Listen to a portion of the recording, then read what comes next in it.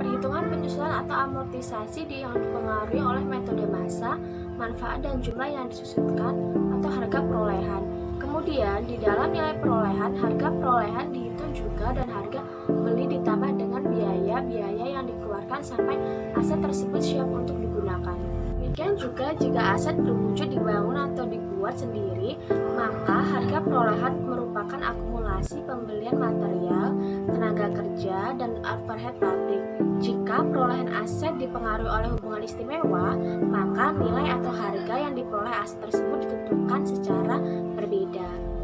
Dalam jual beli aset terdiri dari jual beli secara umum dan jual beli secara istimewa. Dalam jual beli secara umum, harga perolehan aset dibagi dengan pihak pembeli adalah harga yang sesungguhnya dibayar, dan harga penjual bagi pihak penjual adalah harga yang sesungguhnya diterima.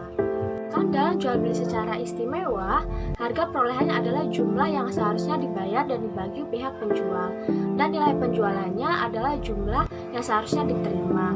Dengan adanya hubungan istimewa antara pembeli dan penjual, dapat menyebabkan harga perolehan menjadi lebih besar atau menjadi lebih kecil dibandingkan jika tidak dipengaruhi oleh hubungan istimewa.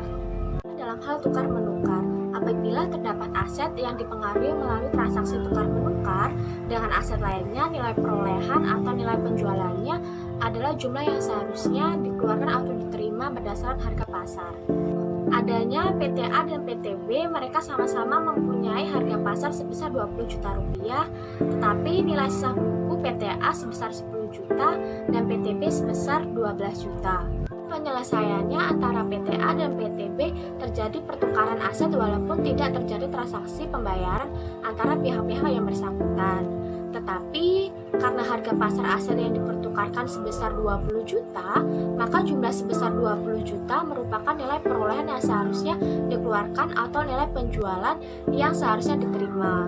Selisih antara harga pasar dan harga nilai sisa buku tersebut yang dipertukarkan merupakan keuntungan yang dikenakan pajak.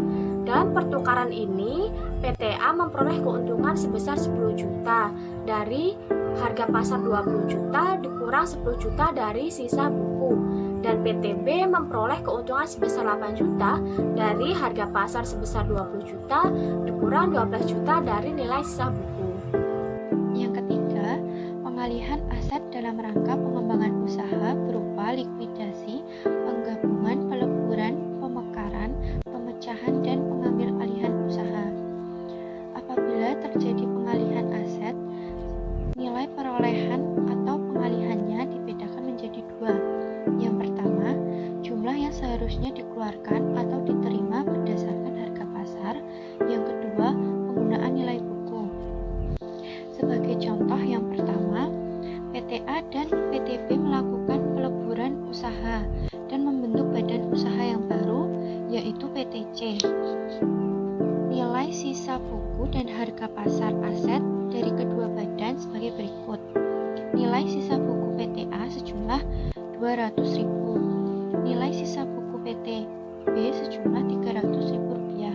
Kemudian harga pasar PTA sejumlah 300.000 rupiah. Kemudian harga pasar PTB sejumlah 450.000 rupiah. Pada dasarnya, penilaian aset yang diserahkan oleh PTA dan PTB dalam rangka peleburan menjadi PTC adalah harga pasar aset yang diserahkan. Dengan demikian, PTA mendapatkan keuntungan sebesar 100.000 rupiah, yakni dari harga pasar sejumlah 300.000 rupiah dikurangi dengan nilai sisa buku 200.000 rupiah. Nah, itu keuntungan dari PTA. Kemudian keuntungan dari PTB ini sejumlah 150.000 rupiah dari harga pasar sejumlah 450.000 rupiah dikurangi dengan nilai sisa buku 300.000 rupiah. Jadi keuntungannya ini 150.000 rupiah. Kemudian PTC membukukan semua aset tersebut dengan jumlah 750.000 dari harga pasar PTA dijumlah dengan harga pasar PTB. Nah, namun dalam rangka menyelaraskan dengan kebijakan di bidang sosial, ekonomi, investasi, moneter, dan kebijakan lainnya, perusahaan diberi wewenang untuk menetapkan nilai lain selain harga pasar, misalnya harga dasar nilai sisa buku. Jadi kita menggunakan yang nilai sisa buku PTA sejumlah Rp200.000 dan PTP senilai Rp300.000. Jadi PT JA membukukan penerimaan aset PTA dan PTP sebesar Rp500.000. Kemudian yang B, penggunaan nilai buku. Menurut akuntansi komersial, penggabungan peleburan pemekaran usaha untuk melibatkan pihak yang mengalihkan aset dan pihak yang memperoleh aset sesuai metode yang digunakan dalam konsolidasi, yaitu penyatuan kepentingan dan pembelian. Dalam perpajakan digunakan metode pembelian atau berdasarkan harga pasar, sedangkan metode penyatuan kepentingan dapat digunakan berdasarkan peraturan Menteri Keuangan tentang penggunaan nilai buku atas pengalihan aset dalam rangka penggabungan peleburan pemekaran usaha. Selanjutnya yaitu penilaian karena hibah, bantuan, dan sumbangan.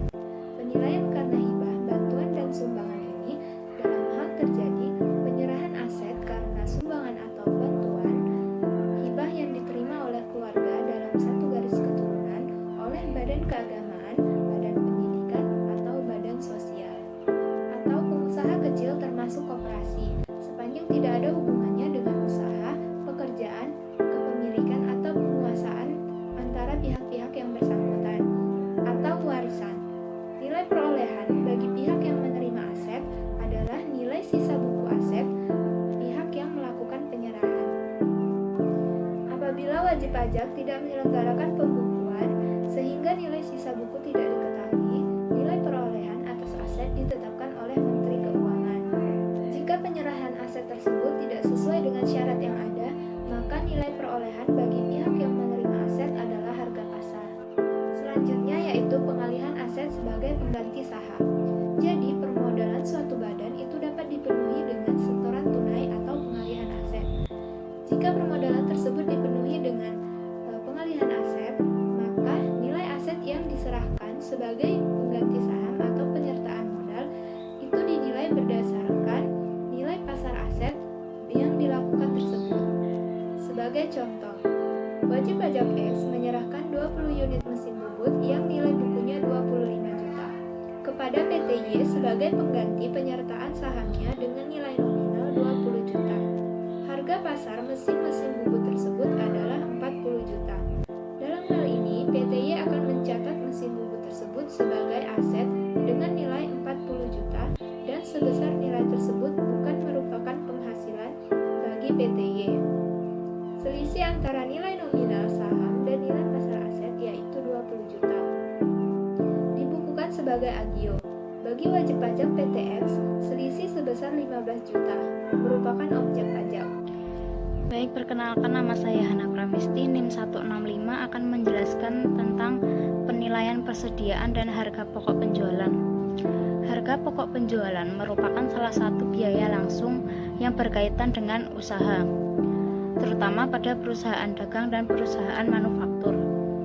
Pada perusahaan dagang terdapat persediaan barang dagang, sedangkan pada perusahaan manufaktur terdapat 3 jenis persediaan, yaitu persediaan bahan baku dan persediaan bahan penolong, persediaan barang jadi dan persediaan barang dalam proses produksi, persediaan perlengkapan atau bahan habis pakai. Akan tetapi pada pembahasan ini persediaan perlengkapan atau bahan habis pakai tidak termasuk dalam pembahasan. Penilaian persediaan barang dagang didasarkan pada harga perolehan. Penilaian pemakaian persediaan untuk perhitungan harga pokok penjualan hanya boleh dilakukan dengan 2 cara. Yang pertama, metode rata-rata atau average. Yang kedua, metode masuk pertama keluar pertama atau first in first out atau biasa disebut FIFO. Pada contoh, persediaan awalnya 100 unit yang per unit unitnya seharga Rp9. Kemudian melakukan pembelian sebanyak 100 unit yang per unitnya Rp12. Kemudian melakukan pembelian lagi sebanyak 100 unit yang per unitnya seharga Rp11,25. Lalu dijual atau dipakai 100 unit.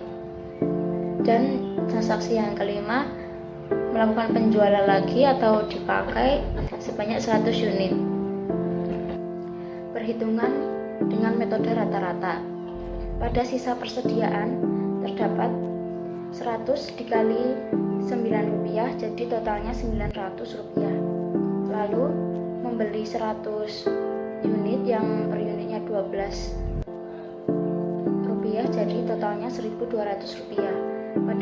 Pada sisa persediaan, perhitungannya 900 ditambah 1.200 dibagi 200 unit, jadi didapat hasil Rp10,50 yang kemudian dikalikan dengan 200, jadi totalnya Rp2.100.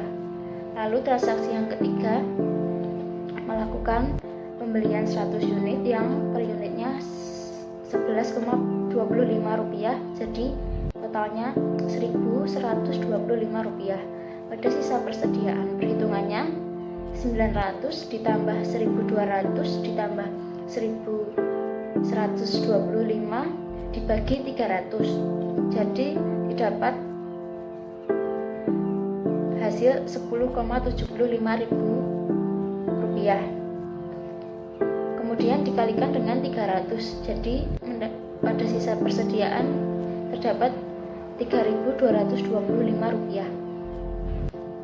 Lalu melakukan penjualan sebanyak 100 unit yang per unitnya menggunakan harga yang paling terakhir, yaitu Rp10,75.000. Jadi total barang yang dijual Rp1.075.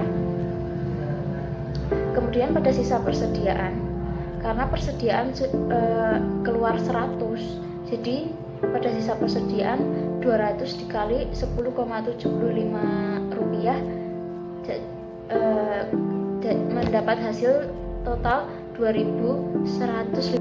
Jadi yang terakhir dijual kembali 100 unit barang yang harga per barangnya Rp10,75.000 dan mendapat hasil Rp1.075. Kemudian pada sisa persediaan, karena barang keluar 100 unit, jadi barangnya sisa 100 unit yang per unitnya Rp10,75.000, mendapat hasil, jadi sisa persediaannya Rp1.075.000.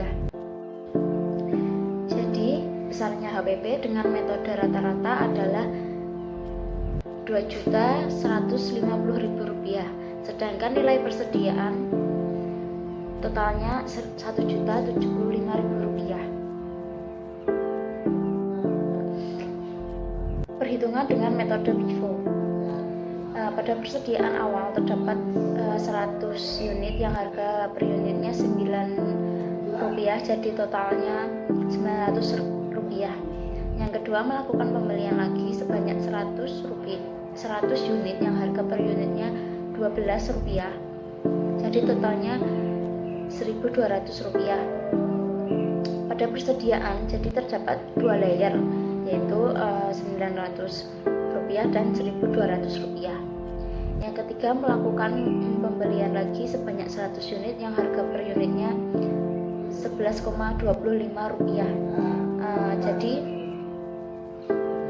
totalnya Rp1.125. Pada sisa persediaan terdapat tiga layer, yaitu Rp900, Rp1.200 dan Rp1.125. Kemudian melakukan penjualan sebanyak 100 unit yang harga per unitnya itu memakai harga yang pertama masuk, karena ini menggunakan metode FIFO. Harga yang pertama masuk tadi seharga Rp9, jadinya 100 dikali Rp9 jadi totalnya Rp900. Pada sisa persediaannya tinggal tersisa pada Rp1.200 dan Rp1.125. Transaksi yang kelima, melakukan penjualan lagi sebanyak 100 unit yang harga per unitnya menggunakan harga yang kedua, karena harga yang pertama tadi sudah terpakai, jadi menggunakan harga yang kedua yaitu Rp12, jadinya 100 dikali Rp12 jadi totalnya Rp1.200. Jadi pada sisa persediaannya tinggal terdapat 100 dikali Rp11,25, jadi totalnya Rp1.125. Jadi besarnya harga pokok penjualannya adalah Rp2.100.000, sedangkan nilai persediaannya adalah Rp1.125.000. Wajib pajak diperbolehkan memilih salah satu metode tersebut, yaitu metode rata-rata atau metode FIFO, sepanjang dilakukan secara taat asas atau taat aturan.